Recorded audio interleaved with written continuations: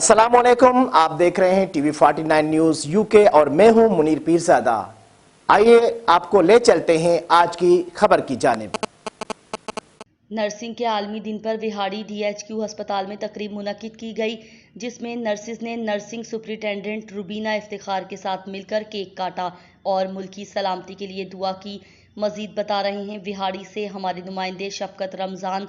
जी शफकत, आगाह कीजिएगा।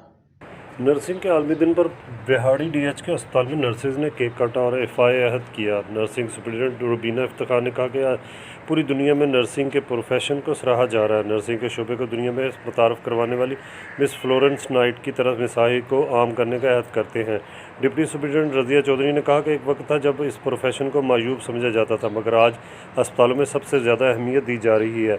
आज फिर से अहद करते हैं कि अपनी जान की परवाह किए बगैर मरीज़ को फोकियत देंगे ताकि अपने प्रोफेशन को दुनिया के सामने उजागर कर सके। तकरीब में नर्सिस ने केक काटा और मुल्क की सलामती और तरक्की के लिए दुआ भी की। कैमरा टीम के साथ Shafqat Ramzan, TV 49 news UK Vehari.